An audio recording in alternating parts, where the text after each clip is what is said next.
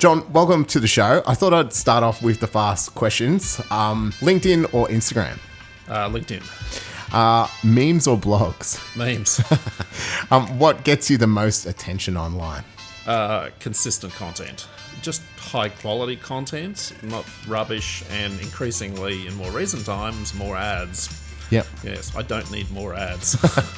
What's your proudest moment in business? That in the last calendar year, we crossed the seven-figure mark for revenue for the firm. What did it feel like getting your first client on when you started the firm yourself, mate? Well, because this firm was a kind of combination of two previous practices. If I went back to when I first left employment and started my first consulting business before going to the bar, it was that first client. Yeah. It was after I sort of contacted a whole bunch of people who I thought might be interested in what was the investigation service then, and I got that first client after taking about 2 or 3 months to get that first client. So that was pretty exciting. Thank you very much for coming on again. I can't even remember how many years it's been since you were first on the show, but I've watched and really appreciated the growth of your business and the very organic growth, and seeing your commitment, I think, on LinkedIn and other ways to market your business and how that's grown your business. So I guess for the listeners who haven't heard the first show, what do you do, John? And what's your background, mate? Okay, well, I'm an employment lawyer primarily, but I've got a background in both law and also in human resource management, industrial relations, employee relations. Farren McRae Workplace Lawyers and Consultants, our firm, has two sides to its operations. So one is the employment law practice, which I head up, and the other side is our consulting practice, which my business partner and wife, Alison McRae, heads up. That's primarily the work of workplace investigations and mediation and workplace reviews and that sort of thing. And then on our legal side, it's the full sort of suite of services you might expect from an employment law firm. My background is really varied. Originally, I was a professional musician. So when I left high school, I trained. I was a trumpet player and trained classically at the conservatorium and played commercially mostly. And then I moved on to various fields of mostly sales, because what do you do with a half-finished music degree? I sold real estate and I sold floor coverings and that sort of thing. Right. Doesn't sound very exciting, but certainly built a lot of my core knowledge of negotiation and sales and marketing, things like that. Then I went back to uni and got serious about it, and I did my commerce degree in HR and IR, and then once I graduated that, started my law degree, and then sort of progressed on from there. So, you were at the bar and then went out and started your own consultancy. How long ago did you start Farren McRae? We're just coming up to 5 years for this firm. Yeah. So in actual fact, it was the other way around before that. I left, so I was employed in the Treasury Department of Queensland State Treasury Department for 10 years. The first 7 of those was in employee relations while I did my law degree, because I joined them as a mature age graduate. And then when I graduated, I moved across as a senior lawyer in the in-house counsel area for 3 years. So when I actually left Treasury as an employee, my plan was to go to the bar. And so to de-risk that, because I had 4 young children, I knew I could start a consulting business, particularly doing workplace investigations, because I had plenty of contacts in government and that. So I did that with the plan to do the bar practice course, in the next 6 months, that sort of thing.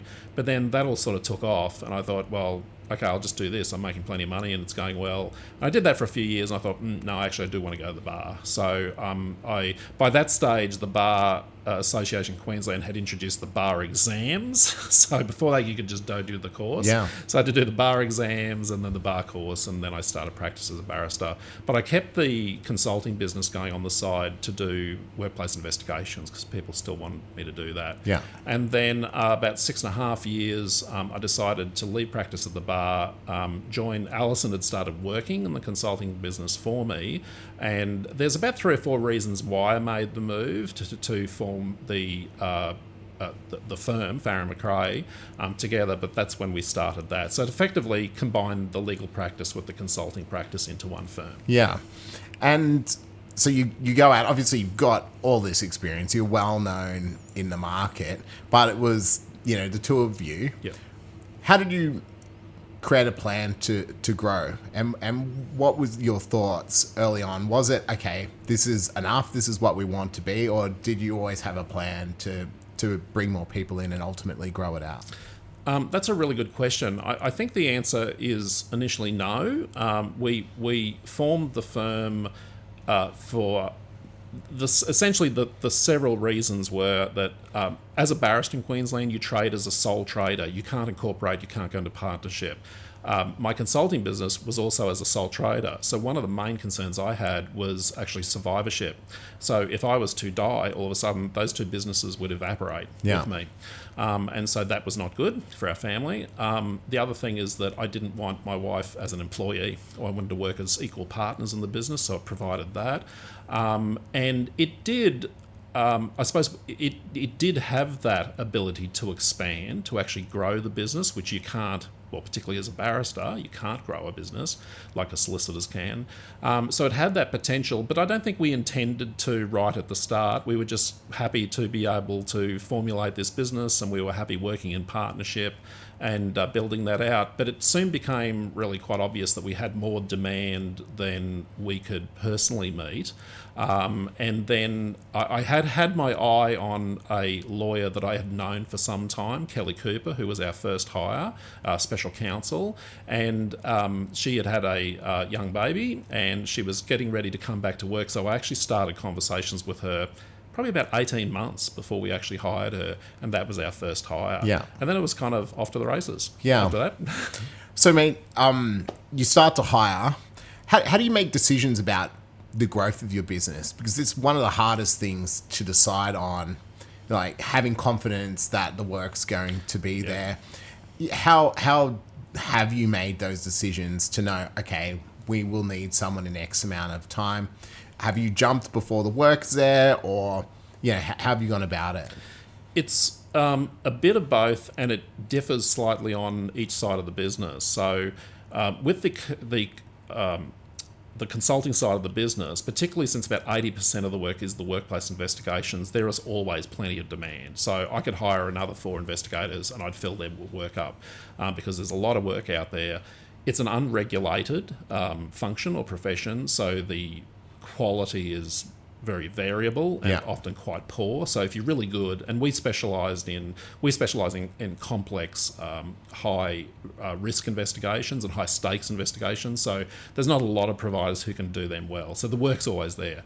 The legal side of the work takes much more development because there's a lot of competition. There's a lot of good employment lawyers out there, really. So there's a lot more competition for work. So it's a little bit different on each side of the business. But yeah, you're right in terms of like when do you jump for your first hire or your next hire, in the sense that you want enough spare capacity to know that you can hit the ground running. But if you wait too long and you're constantly building work, so you're doing the business development, you'll end up with so much work that you have to do personally that you don't have the time then to go out and look for good quality people. So there's a balance between the two.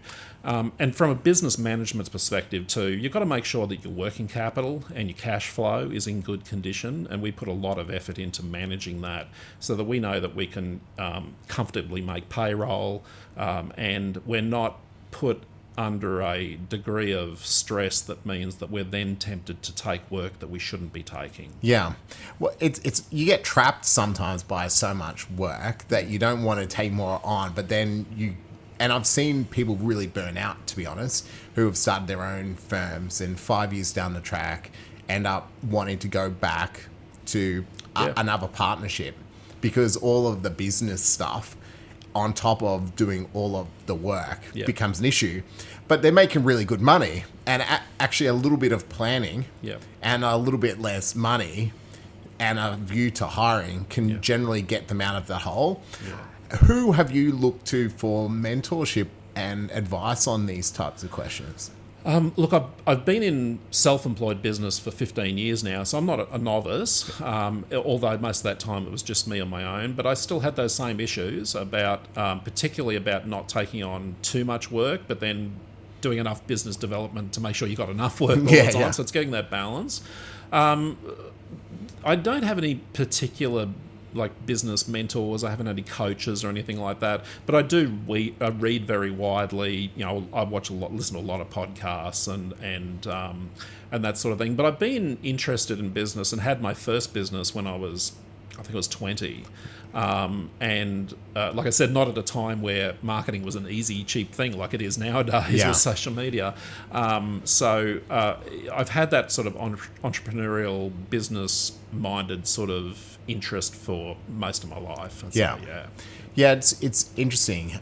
So let's talk about the marketing side of things. You're very prolific on LinkedIn. Would you mind sharing your strategy on LinkedIn and how you go about it? Yeah, sure. I mean, the main strategy at its most basic is to just provide as much value as possible and not expect anything in return. And that builds reputation, it builds credibility with the people who are reading the posts, and it builds a degree of goodwill. So often, and I'm sure you see it a lot as well in people's social media and business development efforts, no matter what form they take. If they're giving anything at all, it's always because they're expecting something, and that's really obvious. Because the hand is out at the same time as the hand's going forward, sort of thing. So I think it actually is a mindset, not just a strategy, that you be generous, and I suppose people would call it the opposite of a scarcity mindset, an abundance mindset, which I was brought up with, but essentially the belief that there's plenty of work out there for all of us, so I don't have to be sharp and difficult and nasty about getting my work. And if somebody else gets a piece of work, it's not just a loss to me, you know, that sort of thing. So that's essentially the strategy, is to try to deliver as much value as possible and hope that people enjoy that, that they think that I'm somebody that can help them at some point in the future, and then when they have that need, they think of me first. You find a really nice balance between sharing informative, employment-related. I think there was a post up today, and you were mentioning it could have been a reg change or something like that. So, you know, speaking directly to what your knowledge is, but you will also share on more personal things, and you've got, you know, the Friday kind of pick me up kind of posts and things like that. How have you lent into, I guess, that more personal and fun side of LinkedIn, especially? Look, I wasn't brought up in the sort of big law sort of side of the practice of law, so I haven't had my personality strangled out of me, for the want of a better expression. And I've always run my own show, so I can make my own decisions about how I'm going to promote myself, how I'm going to put myself out there. So I tend to have a pattern of LinkedIn posts that I've developed over time, which is Monday tends to be like an inspirational post, some sort of post that's one of my favourites, not just sort of picking them out off the internet, but things that actually mean something to me. Tuesday, Wednesday, Thursdays tend to be more some sort of technical posts, so it'll be something about employment law or something about workplace investigations practice, or the one I did today was about mediation approach. Friday I have funny meme, just something that's funny. So not only is it hopefully providing a bit of a laugh for the people who read it at the end of a hard week, but also they, again, are not something... I don't post it because I think other people will think it's funny. I post it because I think it's funny. So again, you're showing a bit of your personality. Sundays, if I post, it's generally something a bit more personal, something sort of a bit of some sort of musing on some sort of principled issue or something like that. And Saturdays, I either don't post, or I had a number of months there where I was sharing my photography. So two of my favourite things to do are travel and photography, and I only generally do photography when I'm travelling. So I was sharing some of my photographs again. So once again, it's showing just people a little bit of my personality, as well as being able to share those things that otherwise would just be on my camera roll anyway, or on my Instagram account. And so that builds up, I think, a well balanced approach to trying to promote myself and myself as the face of the firm as well. And so how much planning goes into that? Because a lot of people will say, oh, that sounds like a lot of work, and it is, but how do you manage that with a busy practice? I suspect because I also have the practice of answering comments on my posts as well. Which engagement's so important. The engagement's really, really important, not only because the algorithm looks for it and will reward the engagement, but also I think it's just bloody rude that if someone takes the 5 to 17 seconds to put a comment on one of my posts, it's pretty bloody rude not to respond to that. Well, it's super powerful too, mate. It is rude, 100%, and especially on LinkedIn, such a small amount of people actually actively engage for lots of various different reasons. So it's such an opportunity, like, to actually have some kind of engagement with someone. Exactly. So I'm sure there are probably some people who see me on LinkedIn and think, doesn't John have either any work to do or how does he do his work as well? I still bill about $400,000 worth of work myself personally in the firm. Yeah. So I'm still a very active practicing lawyer, although I'm starting to trim that back as the firm builds out because I've got to have time to mentor and supervise the staff. And develop the business. But I'm still a very active employment lawyer. Look, it actually gets easier over time. The simple fact is it does. So if people are just starting out, they don't need to be posting 7 to 10 times a week. Yeah. If they can post once or twice every week, the consistency is the most important thing, then that's awesome. But I've now got a whole backlog of posts that I've previously done, and I generally retweak and reuse them about every 6 months. Okay. And that's a successful strategy because the thing is that people who are new to these type of social platforms, and I'm not telling you anything you absolutely don't know, Michael, but people who aren't, they think that when you post something, it goes out like to all your connections and everybody sees it. They don't realise it's a tiny fraction. And then if it does well, it's a bit more, and that's how it works. So I know that if I repost a post after 6 months, except for my really diehard people who see everything I read, and I don't think there's that many people around there doing that, it'll be different people because I've also added a whole bunch of connections in the last 6 months. Oh, absolutely. Only a fraction of your audience is seeing it and reusing and repurposing. I don't do enough of it. It's it's a really smart strategy, mate, because you don't have to redo it all the time. And evergreen content is really great for that as well. And at the end of the day, yes, there's a lot of different possible things you can speak about, but even from an employment law perspective, there may be a list of 100 key things. Oh, yeah. And you need to go back to those key things because if the other point is if people miss it, it's actually valuable for you to reshare it. Yeah. Because they've missed it. Yeah. No, there's nothing at all wrong with that. It's not like having blogs on your website and redoing the same blog so it's on there twice. It just doesn't work like that. Yeah. So that's where it gets easier. It also gets easier because I just done a lot of it. It's like any sort of muscle. If you work it gets stronger and stronger. So the writing muscle becomes stronger. So I have all this evergreen content which I'm also adding to. So that's great for repurposing. But sometimes I will just read something. I'll give you an example. I was somewhere about 2 weeks ago and I was reading a news story about it was some just famous person who was being sued about something, and the lawyer says we intend to vigorously defend this. Now that's an adjective. I think it's probably an adverb that really annoys me. And as a barrister particularly, we had it absolutely pounded out of us to not use adverbs. Yeah. If you're going to defend something, you defend something. It adds nothing to it. In fact, it just makes you sound silly and shrill. Yeah. So I just did this post. It took me about 10 seconds just to write my thoughts on this particular thing, and it got 8,000 impressions and 108 because I know it's also something other people are annoyed by. So you get actually much better at it as you go along as well. Yeah. So from a work perspective, how much work do you get from LinkedIn or the relationships that might start there or you keep building from LinkedIn? I just did this exercise a few weeks ago on the legal side of the firm, and so I went back through all of our matter register and I actually worked out where it all came from as best I can. I'm more active about doing that now, actually making sure I ask where the work has come from, where a person's inquiries come from, and recording it.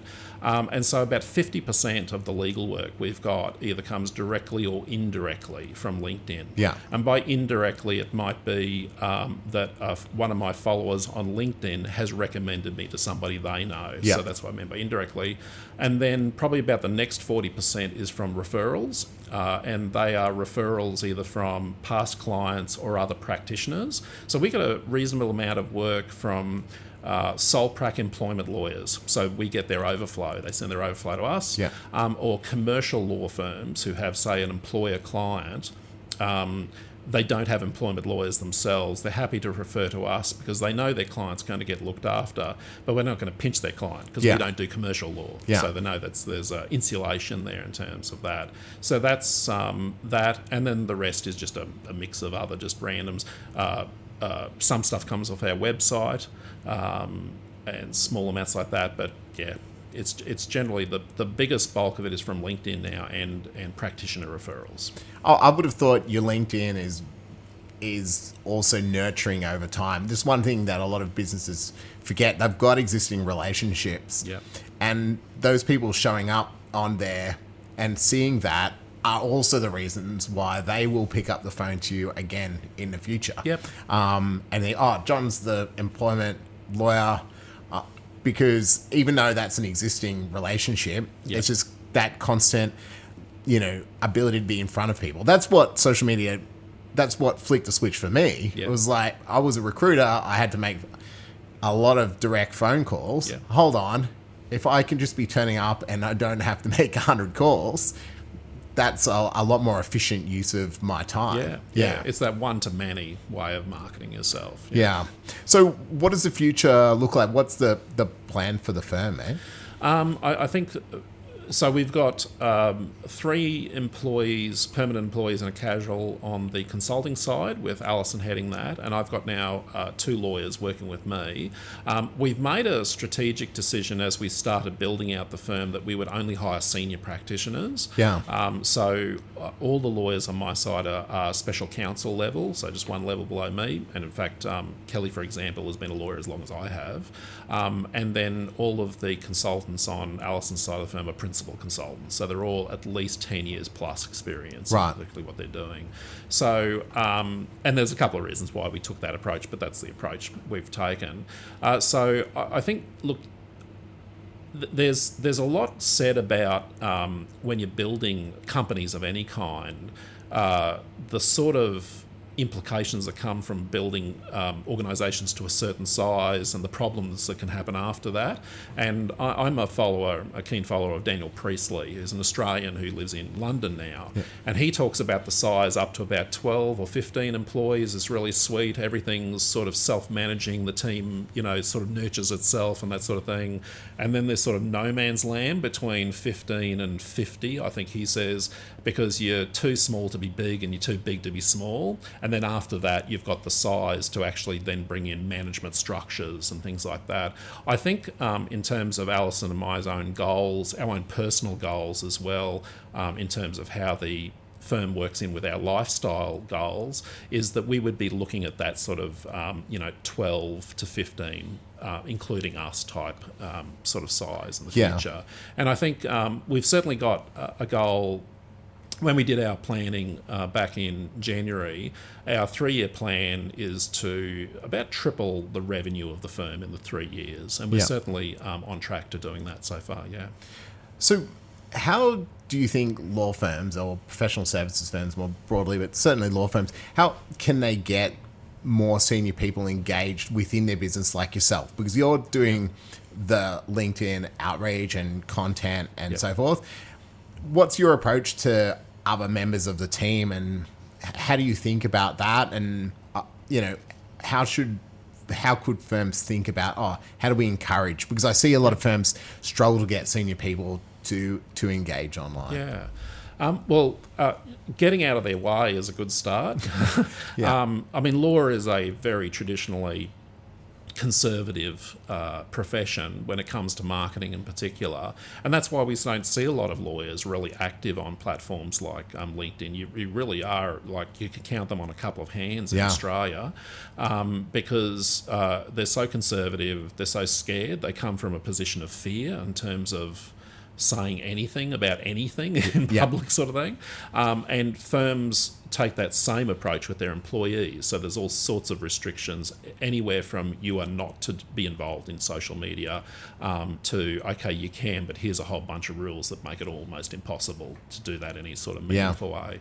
So I think it's like, I don't see that it's any different from how you set up your employees for how they represent the firm when they're dealing with clients directly. And in our firm, all of our employed lawyers and consultants deal directly with the clients. Like, we oversee the files and that, but we're not, like, they don't have to go through us on everything. And so you just need to make sure that there's certain standards that are expected, that this is the way we present ourselves, this is the way, the values that we stand for. If there's any particular restrictions around what they can and can't say, or the sort of form that sort of social media activity could take, then put those in place. So put the infrastructure around them and then let them have a go at it. There's very little, in my view, that can be done on social media that would be fatal to a law firm. Yeah. And the other thing too is about, if you're just getting started, in all likelihood, hardly anyone will see what you're doing as you're starting to play with it. I think law firms are often scared that if we say anything at all wrong, technically or emotionally or anything, the whole world's going to see it. It's going to go viral, and they don't realise that, look, you're not Donald Trump. Like, the world's just not that interested in you. So that's the good time to start experimenting. And it's a perfect thing, actually. Like, the crap post no one sees because the algorithm doesn't want to show it to anyone anyway. Yeah, exactly. It's actually the good things that people see, and LinkedIn is good for that as well, particularly good, because other platforms people can engage with things because it's funny or something like that. But LinkedIn, because of the nature of the why people are there most of the time, it is for that really interesting insight. Like, I've seen that every day, and that really annoys me as well. Or, oh wow, like, that's, a thought leadership piece on better workplaces, and I really relate to that, and I've got that personal connection to that. Exactly. And I think it's just beyond that, obviously, if you've got a principal of a firm that is actually good at it, mentoring them and encouraging them. We've got one employee who's particularly entrepreneurial on the consulting side, and she's got ideas for some training courses, and we're building out a training business as part of the firm as well, like a third division. And so we're looking to enter into kind of a joint venture agreement with her outside of her employment to develop up some training, which will then be promoted through that. So taking sort of if you've got somebody in your organisation who does have a bit of an entrepreneurial bent, just not squishing it out of them is a good start. And then just put some guidance and infrastructure around them to let them to be able to start to experiment with that. I think sometimes there's this concern as well, if my employees become too well known, well, then somebody will pinch them off me, or they'll go out and start a firm of their own. And it's like my attitude to post-employment restraints in employment contracts. I think employers would be a lot better off if they put as much effort into making sure their employees didn't want to leave as they do into their post-employment restraints in their contracts. And obviously, as an employment lawyer, I do a lot of work on those restraints on both sides of because we represent both employees and employers. But you know what I mean? Like, be less worried about where are they going to go to, and be more worried about how can I make it a place that they want to stay. Well, what a good problem to have, though. Like, if you support, this is the other thing. Like, you can set yourself apart as a business by fostering the support and being the kind of place that gives that opportunity to someone. I speak to a lot of senior lawyers, for clients and others, and about the opportunity. It's like, you've got an opportunity here that this firm wants to give you. Like, this is actually a rare thing. because there are plenty of places where it is quite difficult if you want to build a brand or if you want to be, out there marketing yourself. So see it as that. Yeah. And if you can create that, then actually you are differentiating yourself. Now, good people might leave anyway. Yeah. And they're probably going to leave anyway at some point if it gets to that. But they're not going to go to a place that's got a better opportunity. Like if you can give it to them. Absolutely. And so it's kind of that. I understand the glass half full, half empty. And I also understand in the profession, let's be honest, partners wanting to hold on to their work and their relationships and that fear factor. But as you mentioned, the opportunity is there because there's still so few people doing it properly. Oh, yeah. Absolutely. And the idea also of keeping your employees, I mean, there's a couple of things that we think make us unique as an employer. One of them is our remuneration system. So we have a remuneration system where our people are on salaries, but their actual total remuneration is a percentage of their billing. So they, and that's reconciled every 3 months. So it's not a discretionary bonus discretionary bonus where the boss makes up his mind or her mind whether you're going to get it or not. This is continuous blue sky. So the more financially they contribute to the firm, the more they make in equal proportions. Yeah. So they have the security of the tenure and the salary, but the blue sky of the overall remuneration. Now, and our percentage is pretty high. Now, you can't do that if you take the business view that many law firms, in fact, many businesses generally, which is that their reason for existence is to maximise profits for the partnership or the owners. Alison and I don't take that view. We want to build a business that not only delivers really well for our clients, but is a great place to work for our employees.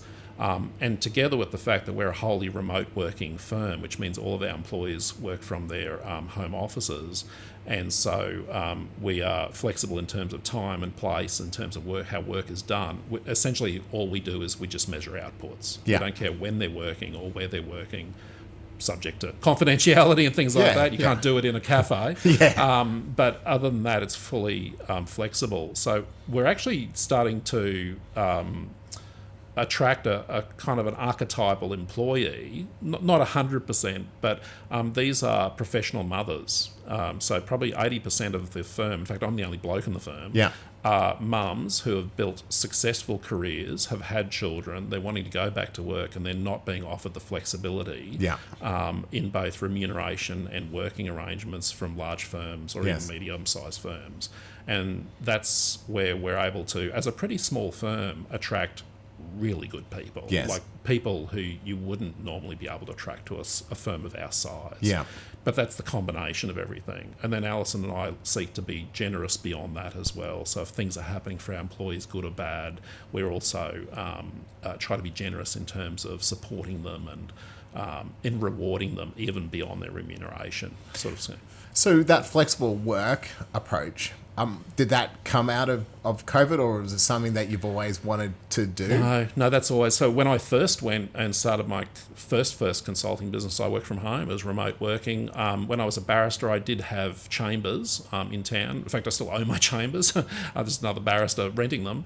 But I worked as a combination between there and working remotely. And then when we started the firm, it was just a no-brainer. So we started 5 years ago in 2019, so a year ahead. So when COVID hit, it didn't even touch us in terms of... The only thing that it affected is that when we do workplace investigations, we normally do face-to-face interviews, so there was more of that, obviously, or all of it for a period was done remotely. But in terms of the actual work, it also... It allows us to be more generous with our staff's remuneration because we've got no real estate costs, which is one of the biggest costs of a firm other than wages. So that can be ploughed back into the remuneration level of our staff. It costs us like $5,000 to $6,000 to set up a new staff member in their home office with everything they need to be safe and productive. And that's nothing compared to running real estate on a firm. So rather than Alison and I keeping all that extra, but keeping the remuneration down the usual sort of end that a firm would, we are probably remunerating our staff twice what our nearest competitor is. Well, and that it gives you flexibility when you don't have that fixed cost, especially when we spoke about hiring decisions and growth decisions, and really fixed costs a massive drag on growth.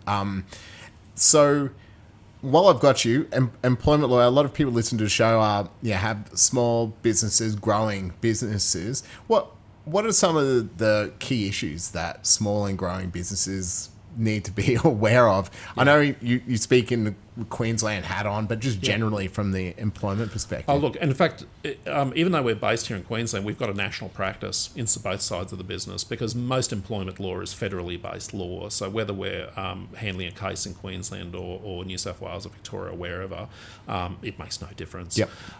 So look, I think for small businesses, but as you can see from media reporting, even extremely large businesses, it's Fair Work Act compliance is probably the biggest issue.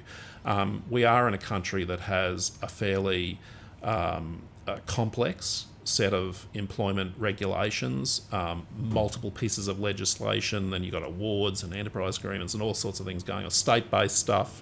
When it comes to workers' compensation and long service leaves, all state-based. Then you've got the Fair Work Act. And so it is complicated. And the problem for businesses is that compliance can be quite expensive, but not as expensive as non-compliance. Yeah. Because once you start getting into contraventions of the Fair Work Act, they are what's called civil penalty contraventions. So whether you're sued by an ex-employee or you're prosecuted by the Fair Work Ombudsman, not only can you end up having to pay whatever should have been paid, but you also face increasingly large fines, effectively, that are easily 5, 6, and in the bigger cases, 7 and 8 figure fines that are being handed out by the courts.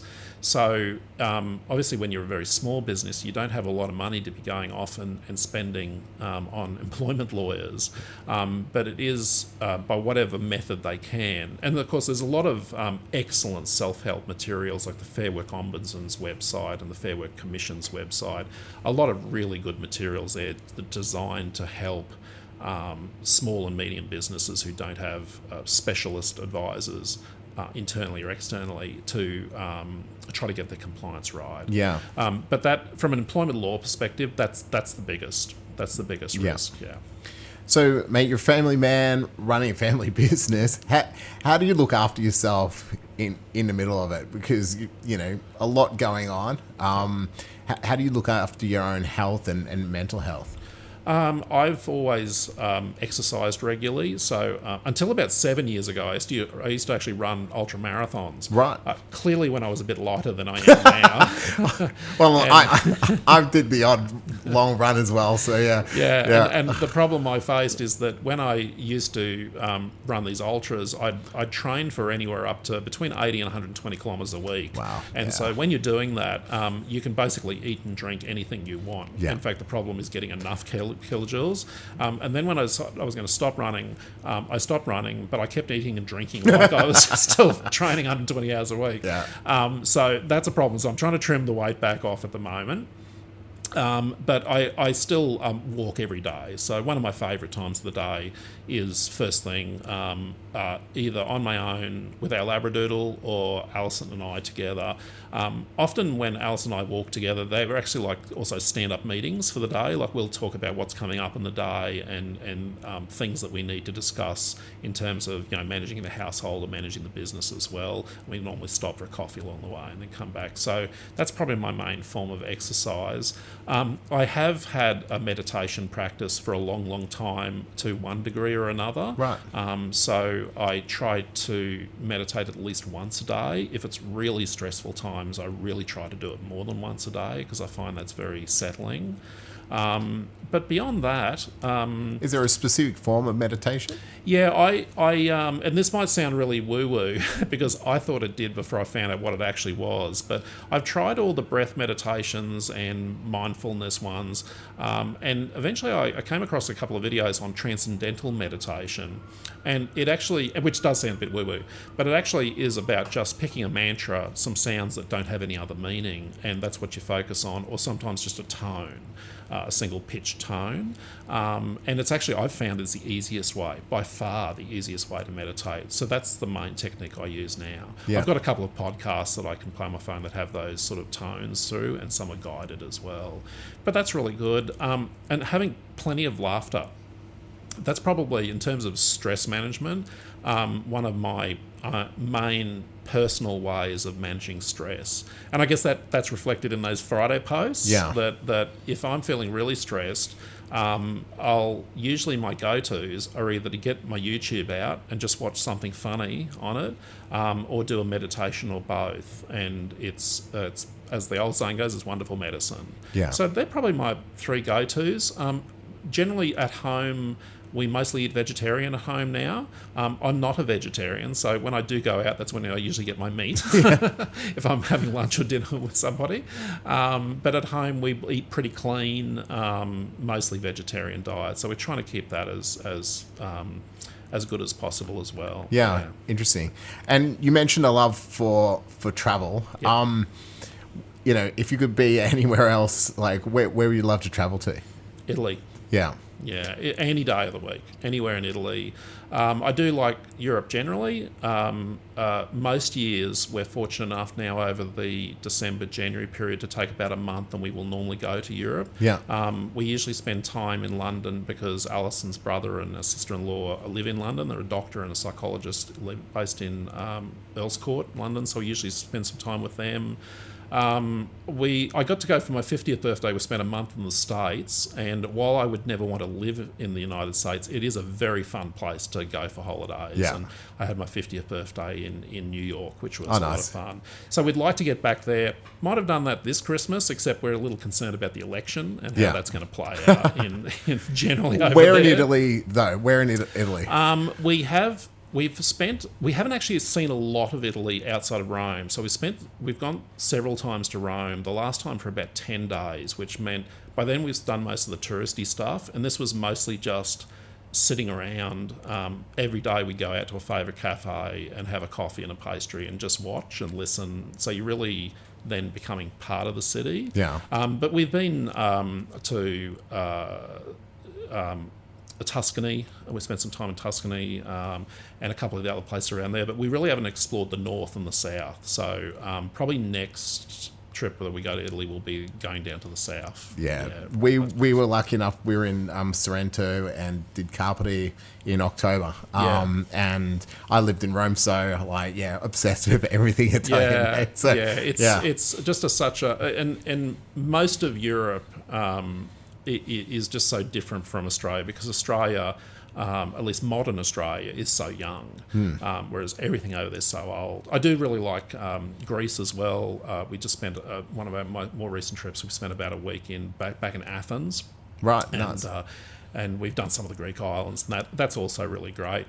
Very old, very cool, very cheap as well compared to a lot of Europe. So Europe. I was even surprised how much cheaper Italy was compared to here now. Yeah. But it was the classic history thing for me as well. There's a lookout at Gianicolo in Rome where you're just looking out and you're seeing thousands of years of history. Oh, yeah. And it just, compared to, we live in a beautiful place, but there's none of that. And it's a certain perspective that you get from being amongst things that are thousands of years old, and particularly civilizations, because that then gives you a bit of a perspective on where we sit, how fleeting our time is, and in many respects how things have changed, but also how much they haven't changed with human beings. Yeah, absolutely. Well, John, thank you once again for coming on the show. It's been great. Thanks, man. Thank you.